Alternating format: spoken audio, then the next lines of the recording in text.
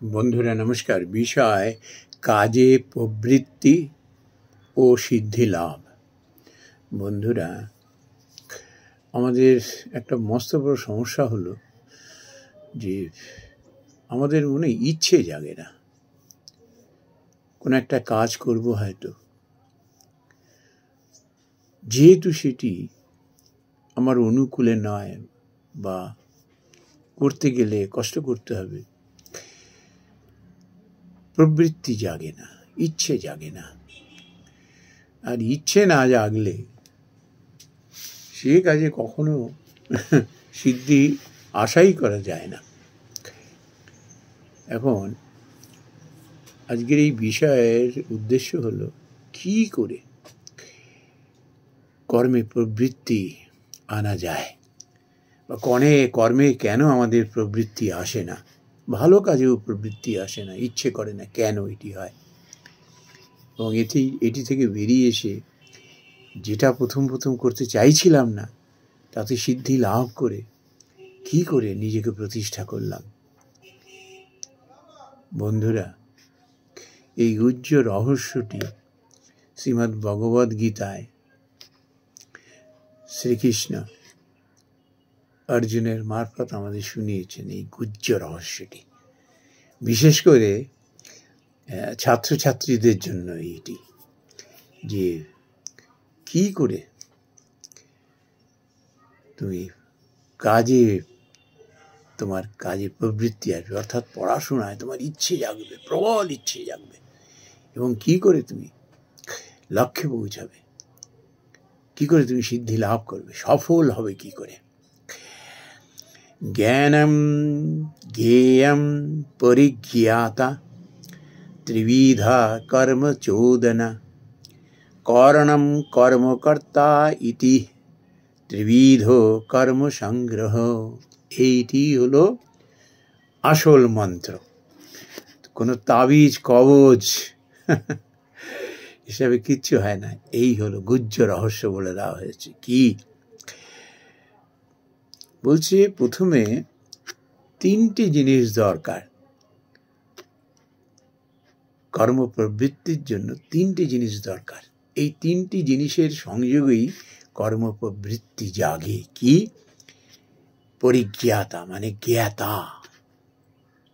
জ্ঞাতাটা কি? মানে যিনি জানেন। যে জানেই না, তার কাছে যদি কেউ কিছু শিখতে যায়, হয়তো যা শিখেছিল তাও ভুলে যাবে। জ্ঞাতা, যিনি জানেন, তার কাছে যেতে হবে। জ্ঞান কি না, যেটি থেকে জানা যায়, যেটি থেকে জানা যায়। আর জ্ঞেয়, জ্ঞানের বিষয়ভূত জিনিস। যেমন আমি যদি মাধ্যাকর্ষণ শক্তি সম্বন্ধে কিংবা নিউটনের সূত্র সম্বন্ধে আমি জানতে চাই, আমি ইচ্ছে জাগে না। এই সমস্ত খটোমটো জিনিস কি বুঝি না, বেরিয়ে যায় মাথার পাশ দিয়ে। এটা আমরা প্রায় হামেশা বলি টলি, ছোট ছোট ছেলে মেয়েরা। তার কারণ আছে।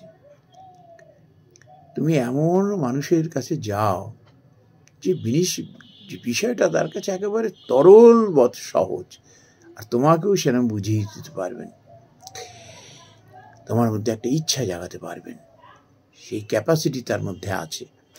জ্ঞান, যেটি থেকে জানা যায়। জ্ঞাতা, তার কাছ থেকে জানা যায়। এবং এমন কিছু গ্রন্থ আছে বা এমন কিছু সহায়ক বিষয় আছে যার থেকে তোমার এই ধোঁয়াশাটা কেটে যাবে। আর জ্ঞেয়, বিষয়ভূত। আমি গ্র্যাভিটেশনাল ল আমি পড়ছি, কিংবা আর্কিমিডিসের সূত্রটা বুঝতে পারছি না, আমি এমন একটা গ্রন্থের মধ্যে ঢুকলাম, সেখানে পরিষ্কার পরিচ্ছন্ন, পড়লেই বোঝা যায় এরকম। প্রথম দিক থেকেই যদি এমন মানুষের কাছে গেলাম যার নিজেরই পরিষ্কার না বিষয়টা, সে আরও জটিল করে দেবে। এমন বই নিলাম যে দেখা গেল সেটা হলো undergraduate standard, hi-fi ব্যাপার, সেই মশা মারতে কামান দাগা আর কি।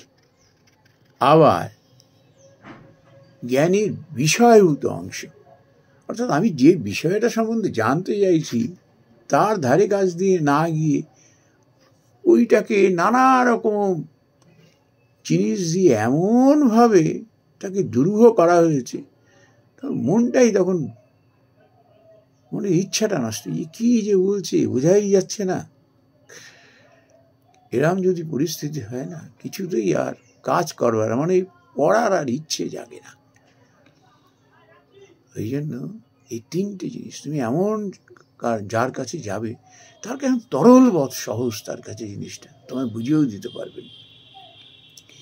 আর ওই বিষয়টা সম্বন্ধে তুমি যেখানে একেবারে এক্স্যাক্টলি জানতে পারবে, সহজ সরল ভাষায় লেখা আছে, তুমি সেই গ্রন্থটি নাও।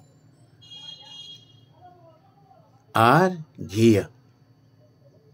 জ্ঞানের বিষয়, অর্থাৎ যে বিষয়টুকু জানতে চাইছো ওই বিষয়টুকু সম্বন্ধে কোথায় একেবারে পরিষ্কার পরিচ্ছন্নভাবে লেখা রয়েছে।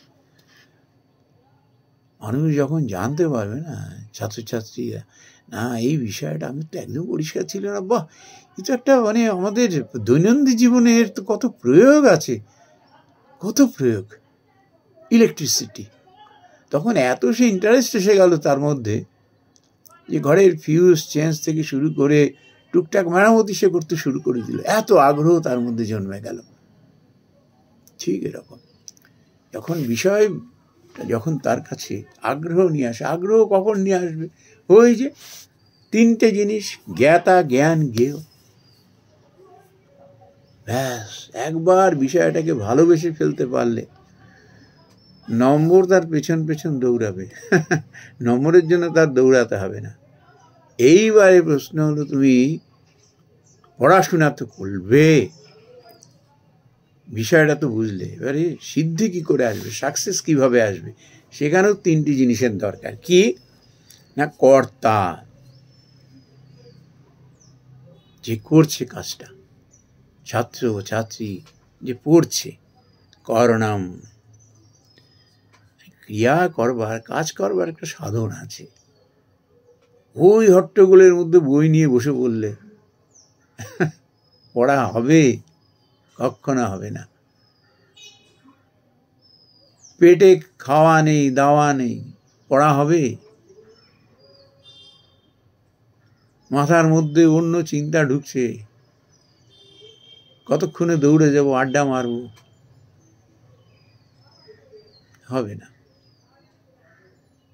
মোবাইলের পিছনে দৌড়াতে ইচ্ছে করছে, কতক্ষণে মোবাইলের বোতাম টেপাটেপি করবো, কিচ্ছু হবে না।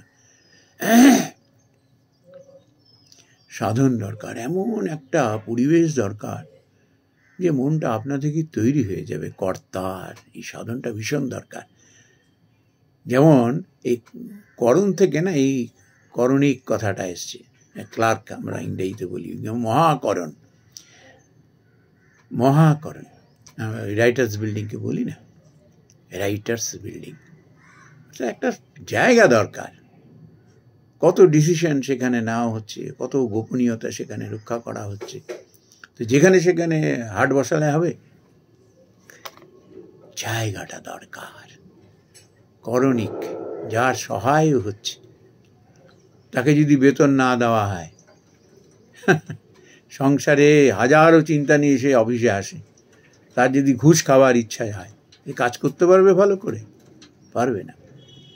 মানে কি হয় যে এই করণম মানে করণটা দরকার। করণ কেন? যেমন কি খুব ভোরবেলা যদি কেউ উঠে পড়াশোনার অভ্যাস তৈরি করে, তাহলে পরে কিন্তু খুব সহজেই মনটা কিন্তু স্থির হয়ে যায়।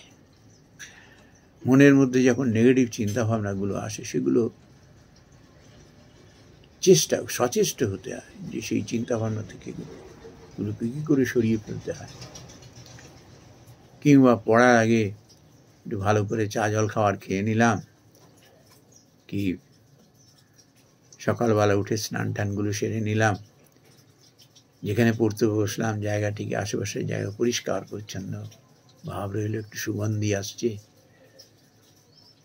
বসতে ভাল লাগছে। কেউ ঘরে ঢুকে বাহ বেশ সুন্দর তো ঘরটা, ভাল লাগছে তো। এটা পয়সার উপরে নির্ভর করে না, নিজের উপরে, কর্তার উপরে।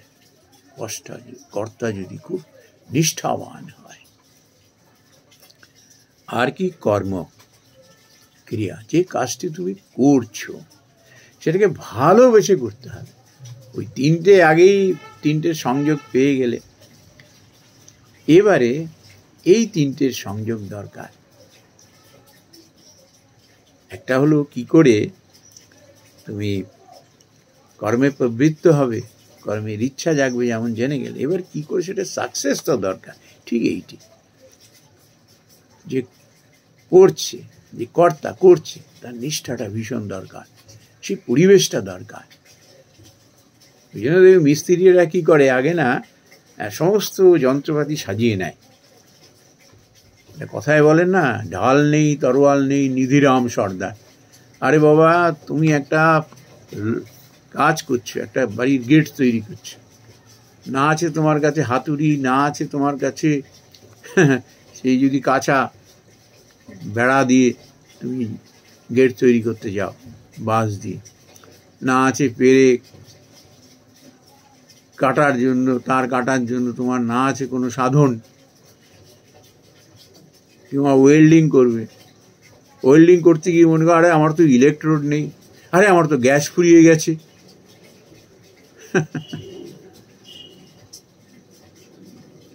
হয়তো যেখানে ব্রেজিং করার দরকার, তুমি দেখলেই না ওটা ব্রেজিং করার দরকার কি ওটা ওয়েল্ডিং করার দরকার। এর কি হয়, খুব পাকা মিস্ত্রি যারা, তারা সমস্ত কিছু আগে জিনিসটা পরিমাপ করে নেয়, প্ল্যান করে নেয়, যাতে কাজ করতে গিয়ে এদিক ওদিক দৌড়াতে না হয়, হাতের কাছে যেন সব থাকে, খোঁজ করতে নেয়। ঠিক তেমন পরিবেশের কথা যেটা বললাম, মনটাকে শান্ত করা, যেভাবে মনটা কনসেন্ট্রেট হবে সেই পরিবেশটাকে তৈরি করা। তবে